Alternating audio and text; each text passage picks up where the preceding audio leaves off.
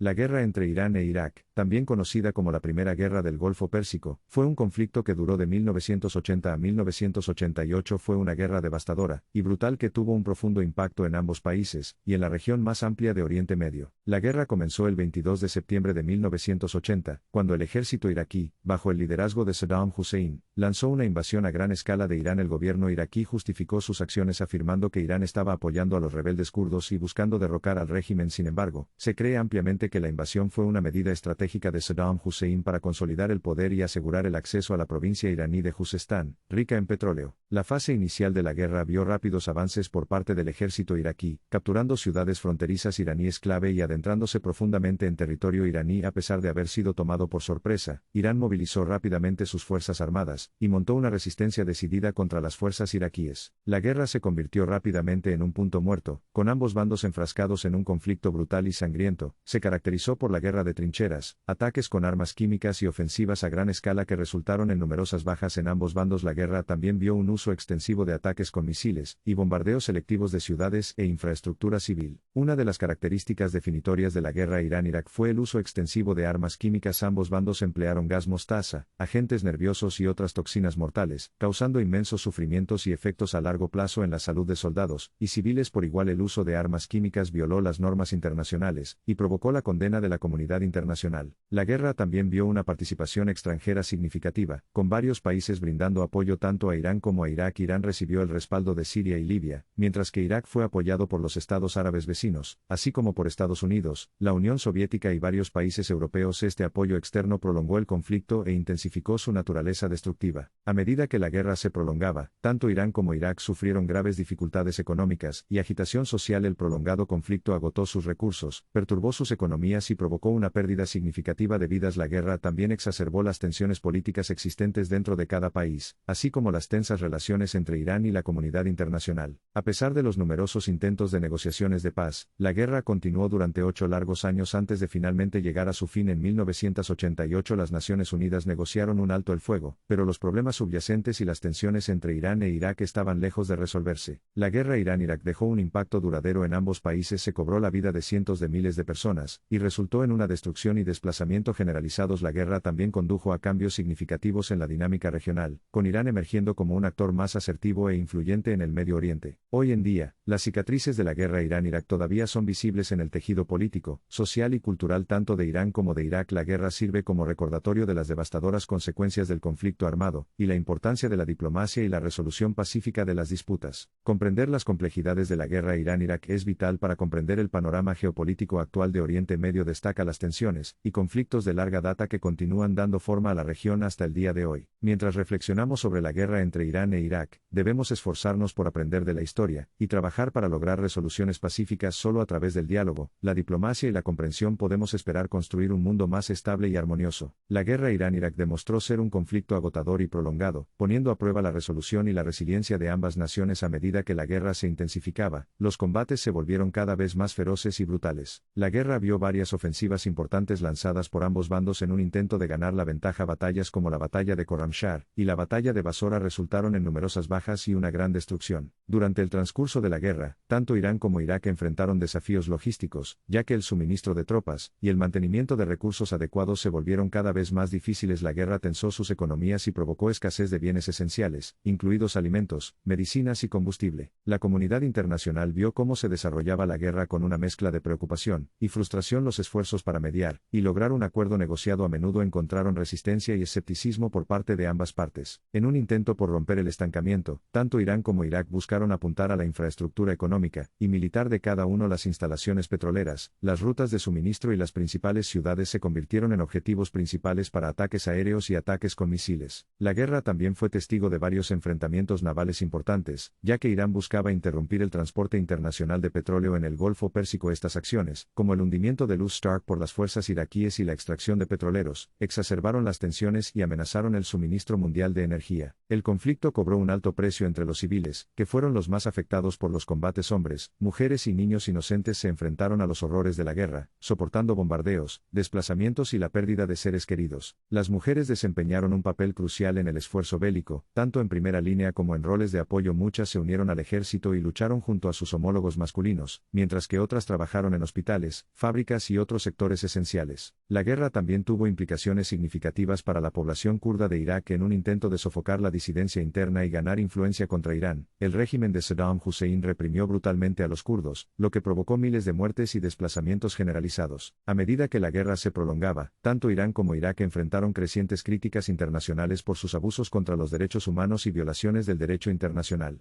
Los informes de tortura, ejecuciones masivas y el uso de armas químicas conmocionaron al mundo, y alimentaron aún más la condena del conflicto. Los esfuerzos para negociar un alto el fuego estuvieron plagados de dificultades. Las Naciones Unidas, y diversos mediadores regionales trataron incansablemente de negociar el fin de los combates, pero tanto Irán como Irak se mantuvieron firmes en su determinación de lograr sus objetivos. En 1988, cuando la guerra entró en sus etapas finales, Irak lanzó una serie de ofensivas importantes en un intento de romper el punto muerto. Estas ofensivas, conocidas como la Guerra de las Ciudades, apuntaron a los centros urbanos iraníes con ataques con misiles y bombardeos generalizados. La intensidad de los combates empujó tanto a Irán como a Irak al borde del agotamiento. Los costos humanos y económicos se habían vuelto insoportables, y en 1988, ambas partes estaban listas para considerar un alto el fuego. En julio de 1988, finalmente se alcanzó un acuerdo de alto el fuego, poniendo fin a la guerra. El acuerdo se formalizó en la Resolución 598 del Consejo de Seguridad de las Naciones Unidas, y pidió un cese inmediato de las hostilidades.